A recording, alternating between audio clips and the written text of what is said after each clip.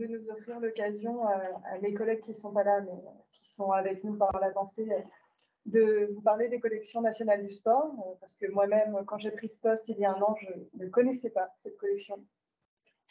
Peut-être que certains l'ont connue parce que dans les années 2000, on va dire la Coupe du Monde 98, c'était au Parc des Princes. Et le musée a été fermé et a déménagé. Il a cherché une terre d'accueil et il se trouve que depuis 2014, il a ouvert ses portes à Nice. Donc, les élastomères, c'est un des sujets qui nous provoque des sources d'anxiété au musée. Parce que vous allez voir, je vous ai mis juste quelques photos pour vous faire un aperçu si vous n'y êtes pas allé. Donc, on a, comme vous pouvez le voir, beaucoup de cycles de motos, donc beaucoup de pneumatiques, parce que c'est le noyau de la collection. Ça a été constitué par Jean Dury dans les années 60. Ça a été une volonté du ministère. Donc, c'est un gros fonds chez nous, mais pas seulement. Donc là, ce n'est pas notre joyau. Actuellement, il est dans le parcours permanent, c'est une Formule 1. Donc, c'est pour essayer en tout cas de vous dépeindre un panorama. Et on est malheureusement victime de succès parce que quand je suis arrivée, c'était la Coupe du Monde de foot. Donc, difficile de faire autre chose que les expositions ou l'actualité. Ensuite, là, on a essuyé la Coupe du Monde de rugby. Et on est en train de plonger en apnée pour les Jeux Olympiques et Paralympiques. Donc, je pense que quand tout ça se sera terminé, on pourra peut-être respirer un peu et travailler en réserve sur ces problématiques de conservation, d'exposition. Parce que en fait, les collections du Musée national du sport, c'est essentiellement 19e, 20e. On a des pièces depuis le 16e siècle, mais c'est vraiment des manuscrits, quelques raretés.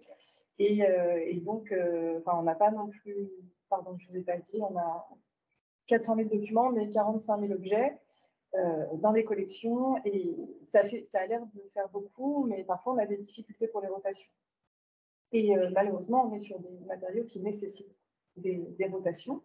Donc, on essaie de changer en biais en essayant de pas uniquement être un Hall of Fame, parce que évidemment, c'est bien que c'est ce qui attire le public, mais on essaye en tout cas c'est la vocation du musée, en fait, d'avoir une politique d'éducation culturelle, non pas en montrant que des accessoires ou des équipements, des matériaux sportifs. Parce que à côté de ça, c'est pas le sujet d'aujourd'hui, mais on a plein d'autres typologies de collections, puisque la volonté c'était aussi de montrer l'archéologie, les beaux-arts, les sciences naturelles. Mais ça, peut-être que certains le savent déjà. Pour entrer dans le vif du sujet, j'ai choisi vraiment quelques objets phares emblématiques de la collection avec les élastomères. Pour nous, c'est une difficulté parce que dans notre base de données, qui est assez récente. Elle date d'il y a 2 ans. Il y a eu une très grosse migration. Quand je tape élastomère, je trouve très peu d'objets, alors que je sais que j'en ai beaucoup. Enfin, j'ai plein de familles de plastique. Mais voilà, alors je pense qu'il faudrait prendre le temps et peut-être lire des étiquettes parce qu'on a de la chance d'avoir des collections très contemporaines. Donc peut-être avec les manuels de constructeurs ou certaines indications qu'on pourrait retrouver assez facilement. Je pense que c'est simplement un travail de fourmi. Et donc là, je voulais vous présenter ce petit chausson. Donc je vous ai mis des images pour le contextualiser parce que souvent c'est un peu aride. Et on n'est pas tous spécialistes du sport. Moi, je n'en suis pas une, donc n'ayez aucune gêne. Pourquoi on collectionne, par exemple, ce type d'objet? On sait que ça va être une source d'angoisse. On est très anxieux, notamment notre directrice conservateur du patrimoine qui aurait adoré être parmi vous parce que le groupe que vous avez constitué, notamment au musée, au centre Georges Pompidou et avec Michelin et la Viviane. Franchement, c'est quelque chose, je pense qu'elle rêve secrètement. Donc, je pense que vous allez la rencontrer très rapidement parce que, voilà, on collectionne de tout, alors notamment ces chaussons parce que c'est pour nous un objet qui évoque bien plus qu'un goodies, on va dire, un souvenir d'une Coupe du Monde. Parce que je vais dire, les caravanes du Tour de France, on les ramasse aussi, on a plein de porte-clés, on a plein de choses en plastique qui, moi, me font très peur quand on les inventorie. Mais enfin, voilà, ça fait partie du musée de société, c'est le jeu. Donc là, par exemple, vous voyez que dans le cartel, il y a matière plastique et élastomère. Donc, c'est un des rares où je sais qu'il y avait l'élastomère. Les autres matériaux plastiques, je ne sais pas, pour la simple et bonne raison que comparé à beaucoup d'entre vous depuis ce matin qui ont très bien présenté, expliqué, détaillé les collections, nous, on en est vraiment très loin. On est au tout début du travail sur ces matériaux contemporains. Et c'est peut-être pour ça que c'est une difficulté d'approche pour nous, mais il suffit qu'on se jette dans le grand bain avec vous et puis tout se passera bien. En tout cas, pour l'instant, on n'a pas constaté de dégradation, hormis, vous voyez peut-être sur la base de cette semelle, quelques blanchiments au niveau du contact avec le sol. Mais bon. En tout cas, on a soit des objets usagés, soit des objets neufs. Et en l'occurrence, ce chausson fait partie des objets neufs. J'ai essayé de marquer vos esprits avec des photos très parlantes et des moments phares parce que oui, on expose des stars du sport. Et là, en l'occurrence, c'est une raquette, vous l'avez reconnue, Rafael Nadal. Évidemment, que ce soit pour le chausson ou pour la raquette, on a peu de problématiques hormis l'exposition parce que lui, il est capable d'user 60 raquettes en une saison.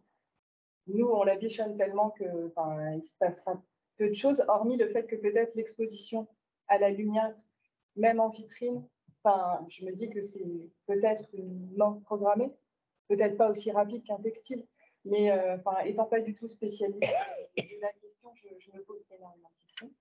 Et donc, j'ai peur que petit à petit, peut-être pas maintenant, 10 ans, 20 ans, 50 ans, on constate des dégradations, puisque pour nos raquettes les plus anciennes, on a, et qui ne sont pas dans ces matériaux-là, on a des difficultés au niveau des cordes. Mais vous voyez que, par exemple, moi, je vous parle des cordes en élastomère, mais peut-être que en fait, le travail serait aussi d'échanger avec les ingénieurs de Babola, parce que eux, c'est leur cœur de métier et nous, pas du tout.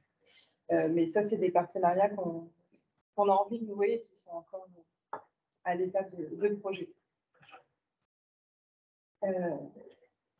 Ici, on a une combinaison de plongée. Donc, contrairement à notre ami restaurateur qui a parlé juste avant moi, là, je n'ai pas de dégradation, j'ai pas de... Je peux simplement vous dire que je pense que notre véritable problème, c'est l'exposition, parce que nous avons exposé des tenues de plongée avec des mannequins, donc je pense qui ont une morphologie humaine, mais qui ne sont pas adaptés.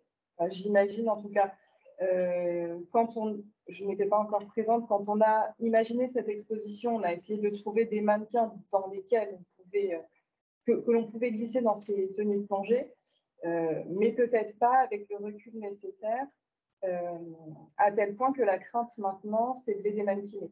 Alors que c'est quand même des tenues contemporaines, on n'est pas du tout sur une tenue ancienne, mais elles ont servi, comme celle-ci que je vous présente, et notamment, elles ont baigné dans de l'eau salée, elles ont été dans des températures. J'ai choisi celle-ci parce que peut-être que ça parle à certains, c'est une tenue emblématique d'un très grand apnéiste qui a porté cette tenue lors d'un de ses championnats et accident.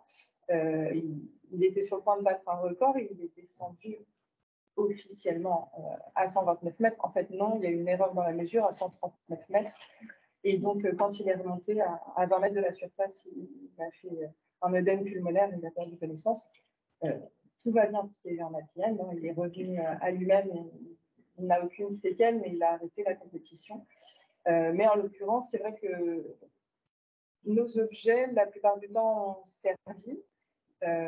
Nous, on garde toutes les traces de dégradation, à savoir du sang, de la sueur, des autographes, qui sont des dégradations parce qu'on ne sait pas avec quel marqueur ils ont été faits et on n'était pas là pour dire prenez ce stylo plutôt que celui-là. Donc, c'est des sources de questionnement. J'ai envie de vous dire qu'au Musée national du sport, si vous voulez travailler avec nous, on a une âme d'enfant et on va poser que des questions et il va falloir nous rassurer parce qu'on sera très inquiets de nos petits protégés. Évidemment, on a de très belles réserves puisqu'on bénéficie d'un musée assez récent. Donc, on va dire que dans l'immédiat, on maintient les températures, on maintient l'obscurité. Je me suis posé la question pour avoir fait une formation au Drasme. Est-ce que ça mériterait de rester, pour certains objets, je pense notamment à la tenue plongée, est-ce que ça mériterait de rester... Enfin, si on ne choisit pas la solution de notre ami restaurateur avant, avec le mannequin et les billes de polystyrène, dans l'eau salée, pour certains, enfin, je me pose des questions parce que je me dis, pour l'instant, ce n'est pas le sujet, mais peut-être que ça arrivera très vite. Et j'ai découvert que l'immersion dans l'eau, enfin en tout cas de ce qui sortait de l'eau de mer, parce que ce sont des vestiges archéologiques plus ou moins anciens, ça peut être des choses très récentes, se dégradent beaucoup plus vite à l'air libre que dans l'eau. Je vous ai mis ce petit parallèle parce que, alors non, on n'a pas la chance d'avoir tous les jours des grands sportifs, mais on essaye un maximum parce que on leur explique que souvent, c'est des objets qu'on retrouve soit dans les familles, chez les amis, en vente aux enchères.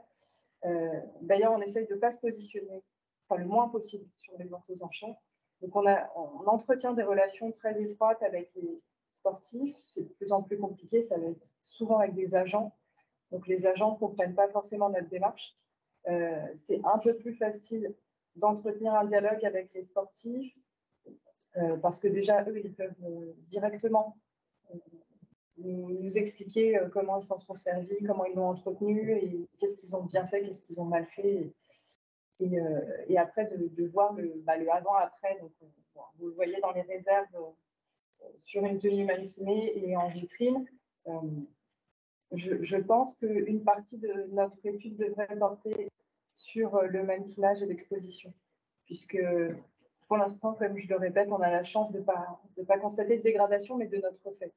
Parce qu'on s'engage dès l'entrée à l'inventaire à les conserver telles quelles, mais en tout cas, on n'a pas assez de recul et pas du tout de connaissances. On est une toute petite équipe, pardon, je ne vous ai pas précisé, dans le musée et aux collections. C'est un musée de 25 agents et aux collections, nous sommes que 6, mais on n'est que 3 à s'occuper véritablement de la conservation des collections. Et sans avoir cette spécialité, cette fibre scientifique. Et donc, je suis ravie de voir que les mécénats de compétences portent leurs fruits parce que c'est ce à quoi on pense pour justement pallier et compléter enfin, nos domaines respectifs. Et donc là, pour terminer, je voulais vous présenter l'équipe pour 2 raisons, parce que ils auraient beaucoup aimé échanger avec vous. Enfin, moi, en vous écoutant toute la journée, j'avais tellement de questions que je me suis dit que j'allais prendre contact ultérieurement pour essayer d'aborder au niveau de nos collections. Vous aurez certainement le plaisir de rencontrer donc, la directrice, Marie-Grace, c'est la personne blonde entourée soit de Vincent Duluc et de la présidente du Louvre, ou soit à côté de Tony Parker. C'est elle qui souhaite vraiment s'intégrer au sein d'un groupe de recherche et engager des mécénats de compétences parce qu'elle a réalisé en 10 ans, elle est à la tête du musée depuis 10 ans, que c'était une problématique que pour l'instant on effleure du bout du doigt, mais qui, je pense, va vite nous rattraper. Certains connaissent peut-être Claire Vadeboncoeur, qui est une des vétérantes. Elle était au Parc des Princes et maintenant au musée à Nice. Donc elle était au pôle des collections jusqu'à mon arrivée et puis depuis elle dirige le pôle des expositions. Et Thibaut Guingamp, notre régisseur des collections. Je vous ai mis une adresse générique pour les questions, puisque jusqu'à ce mois-ci, je suis la chef du pôle des collections, mais je vais quitter le poste. Donc voilà, c'est pas que je ne veux pas vous distribuer ma carte, je le ferai avec grand plaisir, mais c'est surtout mes collègues qui en auront besoin. Par contre, je ne vous oublie pas là où je vais, parce que je vais avoir des collections avec des problématiques similaires. Donc, ce sera avec grand plaisir que, en tout cas, je garderai en tout cas, des échanges scientifiques avec vous. Par contre, j'ai une question, je ne sais pas si ça se fait quand on va à l'étranger. Ce genre de travail, d'échange. Ah bah ça se fait surtout quand on va à l'étranger. D'accord. Grâce au financement européen, en l'occurrence.